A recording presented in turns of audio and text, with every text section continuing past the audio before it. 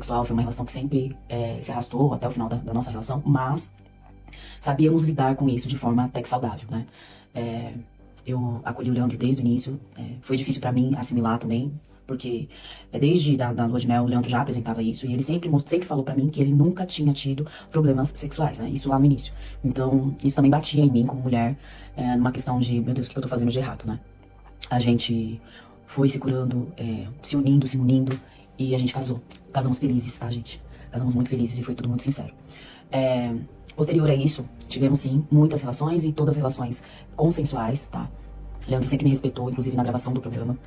Porém, dado momento, começou a ficar insustentável aquela situação, frustrante, eu acho que é essa a palavra. Sempre de tentarmos e não evoluirmos naquilo. O Leandro não fazia terapia nessa fase, que foi meados de fim de janeiro. Ele não fazia terapia. E aí eu falei, você precisa voltar a fazer terapia, porque ele fazia antes do programa, chegou a fazer algumas sessões durante. E aí ele ficou, tava já quase 2 meses sem fazer nenhum tipo de tratamento psicológico. Falei, você precisa voltar a fazer terapia. Incentivei ele e falei, olha, a gente vai parar de tentar, porque isso tá pegando muito pra mim. E aí ele já falava pra mim que essas questões eréteis dele já eram arrastadas desde, pelo que eu entendi, ele falou, desde os 20 anos eu já tive alguns episódios, e ele sempre foi muito fechado. Então, eu de fato, eu não consigo dizer aqui de forma concreta quando, né, porque ele variava, ele oscilava muito nessas afirmações pra mim. Veja bem, gente, eu tinha vários motivos ali pra poder dizer que a gente separou. Mas não era de fato o motivo que me fez separar do Leandro. O motivo que me fez separar do Leandro foi quando a gente teve esse recorte, eu disse pra ele fazer terapia, fazer tratamento psicológico, psiquiátrico, e que eu iria aguardar ele, assim como até então eu tava tendo paciência com ele, pra que ele esperasse isso fazer surtir efeito na vida dele, e que a gente depois se reconectaria, a gente, óbvio, o distanciamento ia mexer com a gente, mas a gente ia fazer uma terapia em casal e a gente ia conseguir se encontrar de novo. O abuso, né, o estupro, né, que essa é a palavra, gente, começou a acontecer a partir do momento que eu tive esse recorte, eu conversei com ele, e o Leandro, ele esperava eu dormir pra tentar resolver o problema. Então, na cabeça dele, se ele conseguisse transar comigo, a gente não ia mais ter problema nenhum. Só que ele esqueceu que ele precisava me avisar. Precisava ser consentido, como até então era. E aí começaram as práticas, né? Eu não sei se vocês sabem, mas uma relação não consentida, um estupro, ele acontece também sem que a pessoa necessariamente te penetre com um pênis, né? Apesar dele também o fazer. Então ele tentava me penetrar com pênis, sem ereção, mole. Eu acordava e eu pedia pra parar. Eu voltava a dormir. Ele tentava penetração com o dedo no meu ânus, na minha vagina. Eu acordava com ele me chupando. Eu acordava com ele com todas as práticas possíveis ali numa tentativa insana de resolver o problema. Isso não foi não foram 2 dias, isso foram vários dias que se sucederam. E eu sempre acordando, eu não conseguia reagir àquilo, era muito difícil pra mim, porque eu sempre me vi como uma mulher muito bem resolvida, então eu falava, isso nunca vai acontecer comigo. E se acontecer, vai acontecer na rua, né? E a pessoa vai ter que me matar pra conseguir fazer alguma coisa comigo, mas de alguma forma, isso já estava acontecendo na minha cama, na minha casa. E isso se sucederam por dias, e eu sempre acordando, pedindo pra parar. E aí começou a evoluir pra um nojo. Eu comecei a sentir nojo daquela relação, eu comecei a sentir nojo daquelas tentativas. E comecei a me vestir mais, comecei a dormir com o travesseiro pra baixo, dizendo que é porque eu tava com calor. Comecei a dormir na sala, porque eu falava que eu tinha insônia. E até o dia que o meu corpo reagiu, meu corpo colapsou. Ele por mais um dia nas tentativas dele, eu dormia já de pijama, e ele de novo a madrugada inteira tentando, e eu acordando dizendo, para, pelo amor de Deus, para, olha o que você tá fazendo, eu não tô aguentando, isso tá sendo frustrante, tá sendo nojento, tô com nojo, tô começando a ficar com nojo de você. E ele, não, amor, tudo bem, eu vou parar, desculpa, é que eu realmente queria tentar resolver nosso problema, e eu voltava a dormir, e foi uma semana que eu tava muito cansada, porque eu tinha saído de uma função, eu tinha voltado pra casa, eu tava dias sem dormir direito, tava muito cansada, então eu dormia pesado, né, eu tava na minha casa, na minha cama. E nesse último dia eu colapsei. Ele tentou de novo, por diversas vezes, eu acordei diversas vezes com ele tentando. E quando houve a última tentativa, que eu fiquei numa posição que eu não conseguia entender por que eu estava naquela posição, por que eu não conseguia sair daquilo. E eu dizendo, Leandro, para, isso vai me machucar, isso não tá legal. Leandro, ele, não, vamos tentar. E eu, Leandro, para, por favor. E de novo ele teve falha erétil e eu enojei. E eu gritava, não toca mais em mim, eu não quero que você toque mais em mim, eu não quero mais que você toque em mim, não toca, eu não conseguia puxar o ar, eu não tinha mais respiração e eu colapsei. Eu desmaiei, eu bati com as costas na cama, acordei com as minhas 2 filhas em cima de mim, o Leandro sentado na cama, me olhando, naquela mesma posição do quadriciclo. Eu no chão e ele me olhando. Minhas filhas me resgatando, pedindo, mãe, volta, volta, mãe, volta. A Duda, eu acho a Rafa, não sei, botou gelo na minha mão, a Duda levantou minhas pernas e ele naquela posição, me olhando. E eu do chão olhando e vendo ele me olhando, sem fazer nada, sem ação de reação. Depois tentando conversar comigo. Eu levantei, fui no banheiro, a Duda fechou a porta atrás de mim e falou, mãe, pelo amor de Deus, sai disso. Eu não conseguia reagir, tá, gente? Me desculpe por isso. Eu não consegui reagir. Eu não consegui. Eu não consegui entender o que eu tava passando. Eu não consegui entender que aquilo dali era um abuso, um estupro. Eu não consegui entender. Eu não consegui entender como uma mulher de 34 anos é bem resolvida. Eu não conseguia sair daquilo dali. Eu não consegui. Passado isso, eu terminei com o Leandro. Eu falei pra ele que eu tinha uma viagem a trabalho, voltei da viagem. E terminei com o Leandro. Falei pra ele que eu não ia trazer isso a público.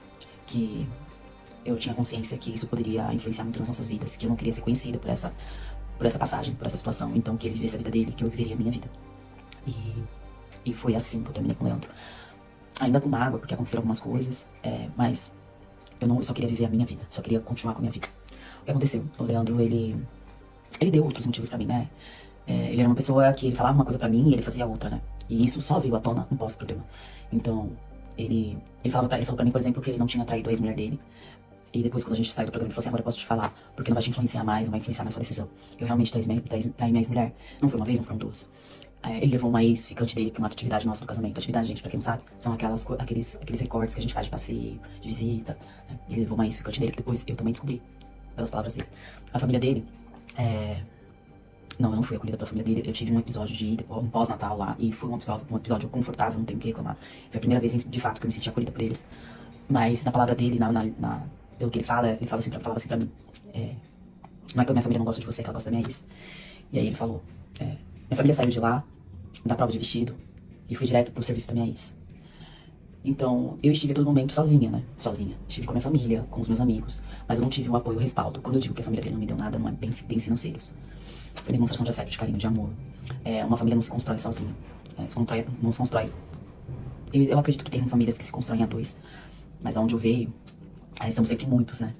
E se a gente conseguiu mudar, se a gente conseguiu vir morar aqui, se eu cheguei até o altar, foi com o apoio da minha família. Porque em momentos que eu oscilei, foi minha família que me deu apoio. Como vocês viram, minha irmã me apoiando, me dando segurança. No pós disso, eu não ia falar disso pra ninguém. Apesar de ter falado pra algumas amigas, a Vanessa, minha amiga Maíne, eu tive muita dificuldade de falar pra minha família, pra minha mãe, pra minha irmã. Mas depois eu consegui falar pra elas. No pós de tudo isso, eu fui acessada por muitas vezes por Leandro. Muitas vezes, assim. E sempre teve um episódio que ele me ligou, pediu pra me ligar. Falou que queria falar comigo. Eu atendi a ligação e ele falou pra mim.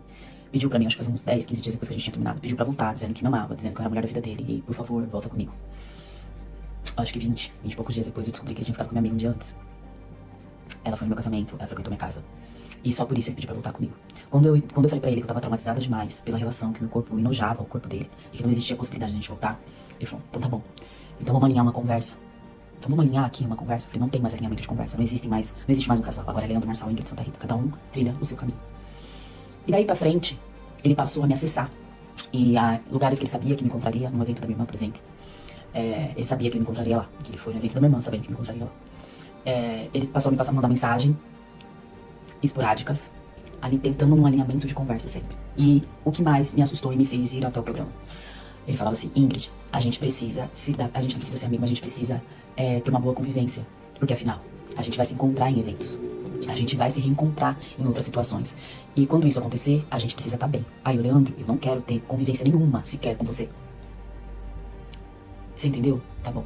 Passaram um tempo, ele me mandava outra mensagem. Eu sonhei com você. Não sei porque eu tô sonhando com você, porque eu não convivo mais com você. Mas eu queria sentar pra conversar com você. Porque a gente vai ter que conviver, a gente vai ter que se ver em alguns lugares. Então, é bom que a gente mantenha uma boa convivência. Gente, qualquer pessoa que passa por um abuso sexual, qualquer pessoa que passa por um estupro, ela não quer conviver com o agressor dela. Isso me apavorava de um jeito. De um jeito, assim. Eu não sei dizer pra vocês. Talvez, eu espero que vocês não entendam de fato o que eu tô falando. Porque se vocês entenderem, provavelmente, ou é porque vocês têm muita empatia por mim, ou porque vocês já conviveram ou convivem com alguém que passou por isso. Isso foi me dando fobia, foi me dando desespero. Porque ele não conseguia ter uma métrica ali de entender todo o mal que ele tinha feito pra mim. Ele não tinha... Desde quando ele saiu da minha casa, eu nunca mais o vi até o reencontro. Eu liguei uma chave de eu vou esquecer o que aconteceu. Desde quando eu descobri a data do reencontro, eu passei a ter crise de pânico. A minha primeira crise de pânico foi no dia que eu desmaiei dentro da minha casa e minhas meninas me acolheram. A segunda, as demais, foram nas últimas 3 semanas. Eu passei a ter crise de pânico. Várias. A ser medicada, a passar com psiquiatria, a passar com psicólogo. Porque eu sabia que eu ia encontrar o Leandro. Eu tô falando tudo isso pra vocês muito cansada. Eu acredito de fato que isso tem engatilhado e assustado vocês. Mas eu convivo com isso fazem meses. Meses eu tô convivendo com isso. Com essa dor. Quando, vocês me desculpem meu descontrole no reencontro, mas foi a primeira vez que eu tinha visto ele depois que a gente terminou. Eu não queria. Eu não queria de fato que tudo isso tivesse acontecido, não da forma que aconteceu. O reencontro pra mim foi uma virada de ciclo, eu preciso acabar com isso. Eu quero voltar a ser a Ingrid que sorri, a Ingrid alegre, a Ingrid feliz, a Ingrid que gosta da vida, que fala alto, que ri alto. É essa mulher que eu sou. Eu vou voltar a ser essa mulher. Eu não quero aqui ficar reverberando. A internet já é um campo muito tóxico e ontem foi um dia horrível pra mulher, né? Eu não quero ser mais um ponto da internet adoecido, sabe? Eu não quero engatilhar outras pessoas, apesar de já ter feito isso. Mas eu também acredito que eu tenha, talvez, desligado um alerta em algumas mulheres que passam por isso e não reconheçam isso.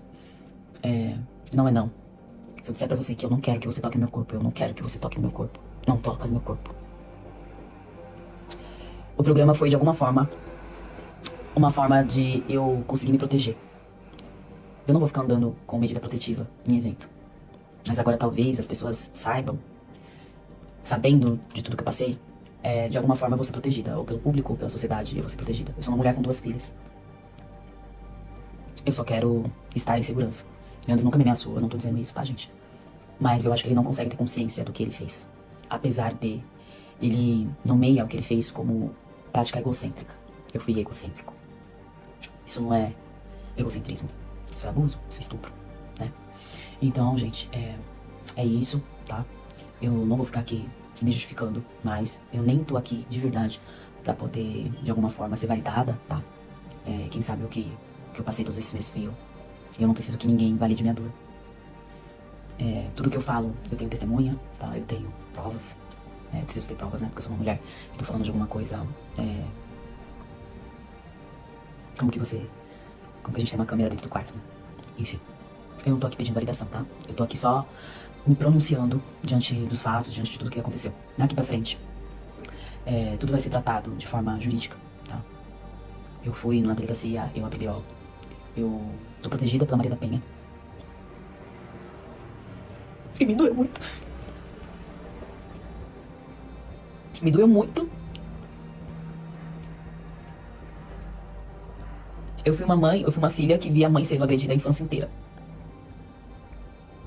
Eu definitivamente não queria isso pra minha vida. E não foi isso que eu fui buscar lá no casamento às cegas. Lembrando que o Leandro, eu poderia conhecer ele em qualquer lugar de São Paulo, tá?